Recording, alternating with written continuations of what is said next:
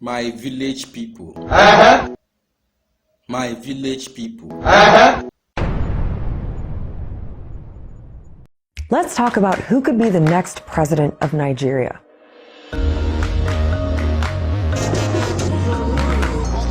It's not the usual two-man race. And this guy is really shaking things up. Nigerians have signed up to vote in record numbers ahead of Election Day, February 25th. After 8 tough years under President Muhammadu Buhari, a lot of people feel a lot needs to change. It's a crucial vote for Nigerians. Africa's most populous nation faces a worsening economic and security situation. We are tired of all these years in darkness and suffering. We must vote right and we must vote wisely. So who are the main candidates? Why is the presidential election so different? And why is it so hard to predict a winner?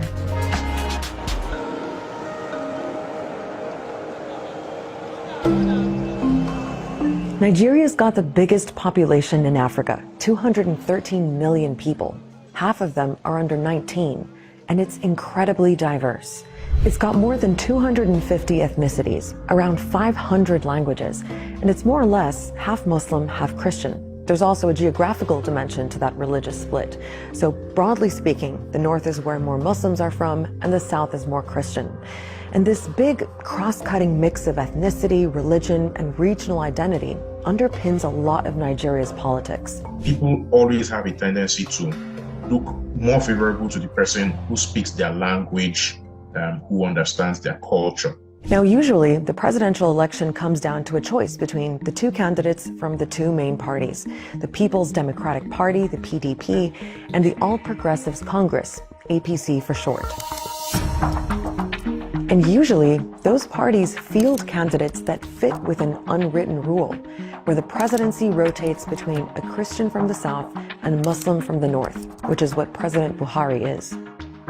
So that pattern would suggest the next president should be a Christian from the south, which neither of the two main candidates are. For starters, we've got Bola Tinubu for the ruling APC. He's the former governor of Lagos, and he's from the south, although he's Muslim. Then there's Atiku Abubakar, a former vice president who's the PDP candidate. He's also Muslim, but from the north. Now, some people think that this break with the usual pattern risks making religion and ethnicity an even bigger issue in this election than usual. The vote mark will look very, very ethnic as people vote along regional lines and religious lines. So everybody is either thinking in silos that, look, this is our turn. We have to support one of our own, while the young people are saying that there has to be a generational change. And what young people are thinking is a huge part of this election, because a lot of them are getting behind a third contender, Peter Obi. And having 3 front runners is a first. Obi is a Christian from the south and was governor of Anambra State, a job a lot of people think he did quite well. And he ran for vice president for the PDP in 2019. Now he's running for the Labour Party. And even though he's in his 60s and super wealthy, he's seen by his supporters as more dynamic and more in tune with what younger people want. Unlike your average Nigerian politician who is a big man in every sense of the word, Peter Obi is regularly seen carrying his own briefcase, carrying his own bags, joining the queue at airports. This is what, so it appeals to young people. And then he's accessible, people can approach him.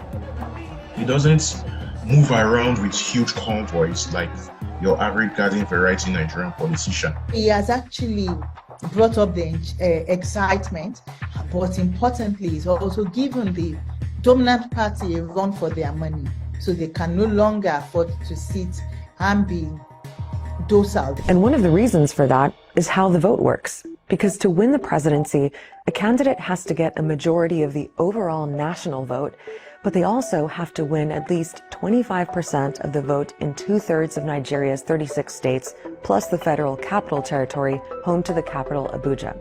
That's to make sure the president has a spread of support across the country. So with 3 candidates in the mix, it's much harder for any of them to win outright. But there's another guy too. I like to say there are 3.5 candidates, because there's a 4th candidate whom not many people talk about, Rabiu Kwankwaso. Kwankwaso is a Muslim from the north and the former governor of Kano State. He probably doesn't have the national appeal needed to actually win, but he's very popular in the North, and that could further split the vote for the other three candidates. And all of this means the presidential election may well go to a second round. We don't see a situation where anybody would get that required spread, and we don't see a situation where anybody would get the 50% plus one that is required to win. So which means that we'll be looking at a runoff for the first time in Nigeria's history. So right now the race is looking wide open, and turnout is expected to be high. The Election Commission says 10 million new voters have registered. 84% of them are under 34. The candidate who'll probably benefit most from that is Peter Obi, and he's the favorite in pretty much every poll. But polls in Nigeria can be misleading, and some people are questioning whether all the hype around Obi will actually translate into votes, either because he's overhyped or for other reasons. One thing that polls cannot consider is, for example, the dynamics of Nigeria's electoral process. When people go to polling units and somebody waves a wad of cash at them, what happens then? So regardless of one's grassroots popularity, if all the forces of incumbency and control and money flowing, of course, as well, are stacked against you, like they appear to be stacked against Peter Obi, then it's going to be very difficult for him to essentially compete on a level playing field. Whoever ends up taking over from President Buhari is going to be under pressure to deal with some really serious and urgent problems. The economy is tanking, there's widespread corruption, and 40% of Nigerians live below the poverty line. And it's the poorest who are hit hardest by the major security issues, which in recent years have spread to almost every part of the country. There's Boko Haram and an ISIL affiliate group in the north, violence between farmers and herders fighting over land, kidnappings by criminal gangs, armed groups stealing oil, and separatists fighting in the southeast. There is a sense, both among Nigerians and longtime Nigeria watchers like myself, that Nigeria is on an extremely worrying path at the moment. And so here we have potentially a last or near to last opportunity to really turn the ship around. There is a despondence. There is a feeling of like, oh yes, the state has failed, the people are not feeling the impact of democracy. And these elections then represent an opportunity to again renegotiate this democracy and see if it can bring development to the people.